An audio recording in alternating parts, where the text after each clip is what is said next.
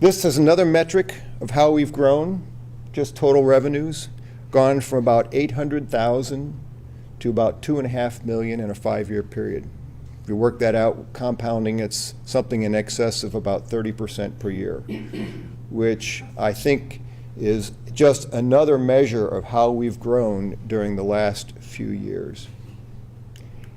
That splits out both in terms of private support and public support, primarily from the U.S. Forest Service, but also from the BLM. A couple of things to note on those two. The top line is the private support. We have sort of set a target for having about 60% of our funding be private and 40% be public.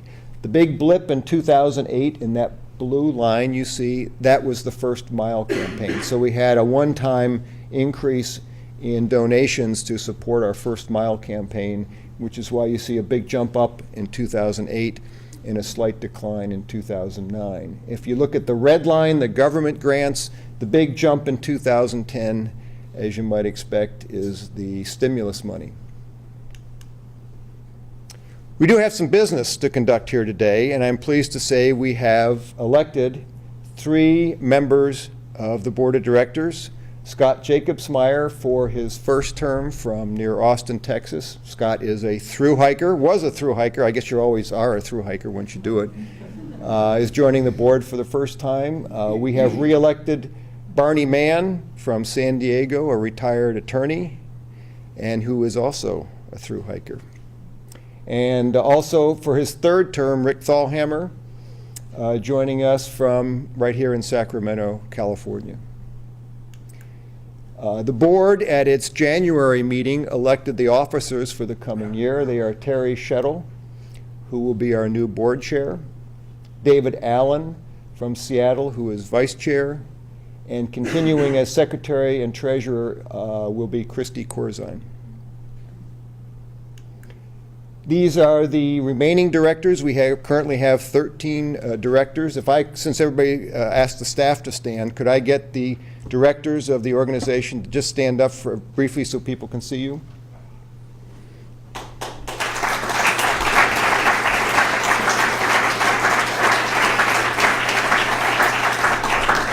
And one last thought about the board. We are volunteers. There is no annual stipend.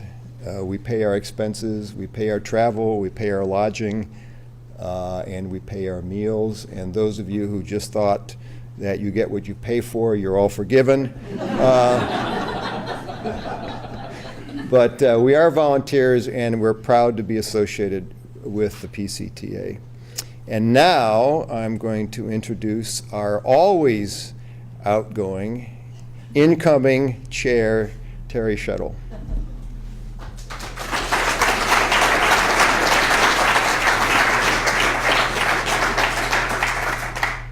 Okay. So I am honored and excited to be here in front of all of you, very dedicated and very passionate members, volunteers, fellow board members, and partners without whom our jobs would be way more difficult. My first and probably the biggest task I'm going to do is to recognize our really outgoing chair, Dave Hanna, for his contributions to the organization. In the 3 years of his leadership, his iron-fisted leadership, actually, he's been a lot of fun to work with because he does challenge us. He challenges the organization to think hard, think differently, and to make sure we're absolutely thinking through everything before we make that final decision.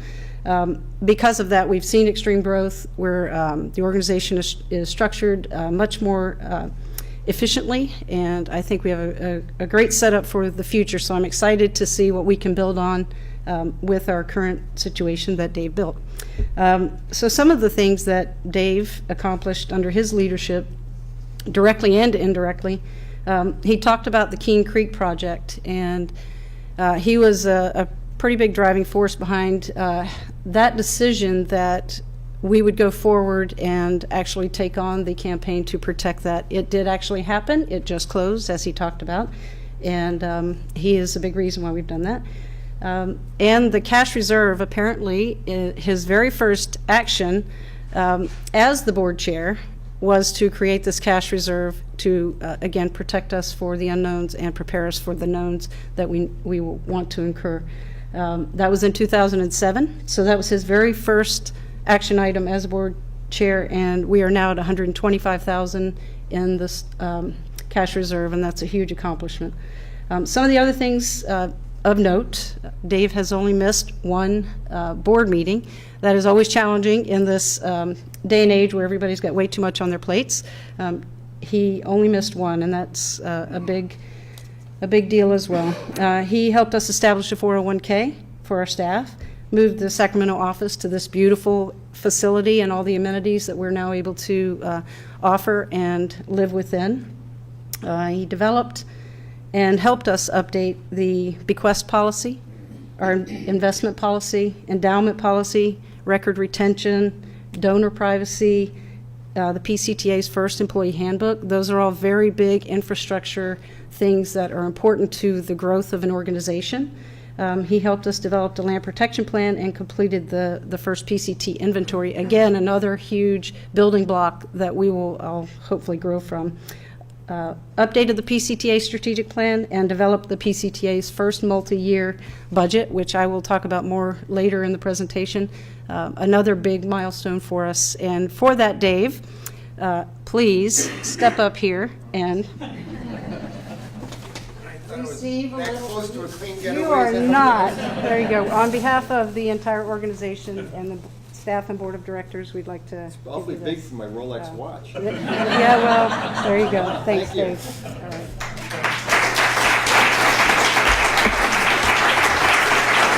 Okay. And with that, I am going to hand it over to Teresa, our Director of Finance and Human Resources. She's got a lot of fun stuff to tell you. Oh, yes. So, as Terry said, I am the Finance and Human Resources Director for the Pacific Crest Trail Association, and I started working here in 2005, and I've really enjoyed being part of the growth of the organization. We've already talked about it a lot, but it's really amazing to me. When I started in 2005, our annual budget was $800,000, and in 2010, it was $2.4 million. So that's 200% growth over 6 years. So I'm amazed. So today I'm going to start by going over our 2010 financial results. But before I get into that, I do want to talk a little bit about, or I do want to note that every year we do go through a financial audit. And we are subject to a more in-depth audit because of the level of federal funding that we receive. And I'm happy to report that, again, we had a clean audit. It's also my job to ensure that all of your donations are recorded and spent in the way that you intended them to be. And along with that, there's also government standards that we need to make sure that we follow when we have our federal funding. And I'm also happy to report that there were no findings or question costs in regards to our federal funding. So as you can see from the slide that Dave presented earlier, we do receive more and more federal funding every year. And I had decided that in order to make sure that we had the right policies and procedures in place, I wanted to pursue a certificate in federal grants management. So over the course of 3 years, I took 20 days of training and received my certificate in August 2010. And this training gave me the tools that I needed to make sure that we had strong federal grant reporting and tracking in place. And so when the ARA funding came along, we were ready for it. So in 2009, we went from managing only 2 federal grants to 2010, where we were managing 6 federal grants.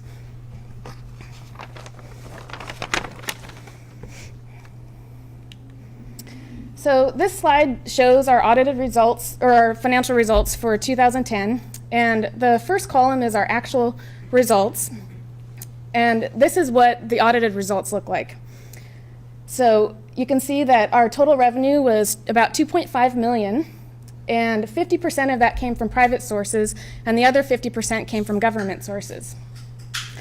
Our expenses were about 2.4 million, and we had an increase in net assets, or a surplus of 81,500. Of the total expenses, about 80% went to trail maintenance and operations and the public information and education, and the other 20% went to fundraising and general and administrative expenses, which some people refer to as overhead. But I also want to point out the next column. It has our results with the value of volunteer hours added into them.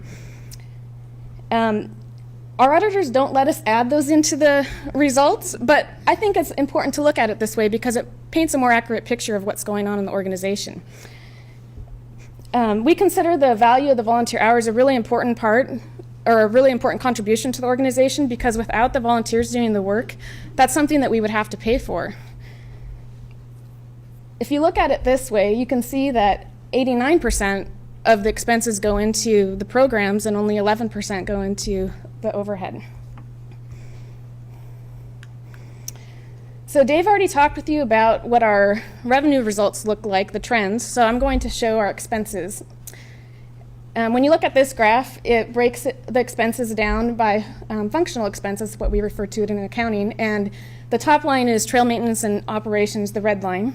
And you can see that it's had a very steady growth over the last 6 years. And in 2010, you can see the big spike up, and that is due to the ARA, or stimulus funding. And then you can see there's a much slighter growth on the other ones, but a growth as well. So it's amazing to me to always take a step back and look at this growth, because I can see that every year we're just able to put more and more back into the trail.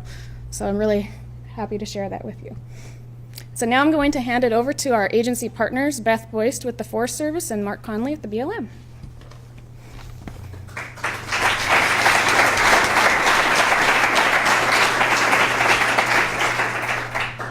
Hello, everyone. I want to thank you for coming today and helping to preserve and protect the Pacific Crest National Scenic Trail. What a fabulous job I have to be able to combine my avocation with my vocation. I want to talk to you a little bit about why I think our partnership is successful, because there's some key elements that were in place before the era where economic stimulus dollars came that really helped us be ready to seize the moment. So a key piece of that is to develop shared vision, and we have spent a lot of time with PCTA and our interagency partners with the BLM and the Park Service and California State Parks, talking about what's important for the trail and why it's important to preserve and protect it. We communicate all the time. Communicate, communicate, communicate. When Dave said it was 3 times harder for the King Creek property to get through than he anticipated, implementing the ERA projects was off a scale in terms of complications, and had we not had good relationships in place to share and implement changes immediately, because it was very fast moving, we wouldn't have been able to work together as smoothly. We also work really hard to instill trust and have mutual respect. And so as we were developing this shared vision, we talked about how it was important to be sure that the volunteer community knew that their roles as stewards of the Pacific Crest Trail would not be replaced by our Youth Corps program. And so that was a key element in terms of really shaping the program so that we used our volunteer support to augment and help our Youth Corps crews from the ERA funding. Another piece of that ERA funding was by utilizing Youth Corps, we were able to let kids come into the backcountry. These are our future stewards, and really using the intent of Congress for the economic stimulus to create jobs, getting money out and spent, and also connecting our young people to nature and to the forests and to public lands. And so that was a unique opportunity. When Teresa talks about the funds jumping 200%, I don't anticipate that happening each year like that.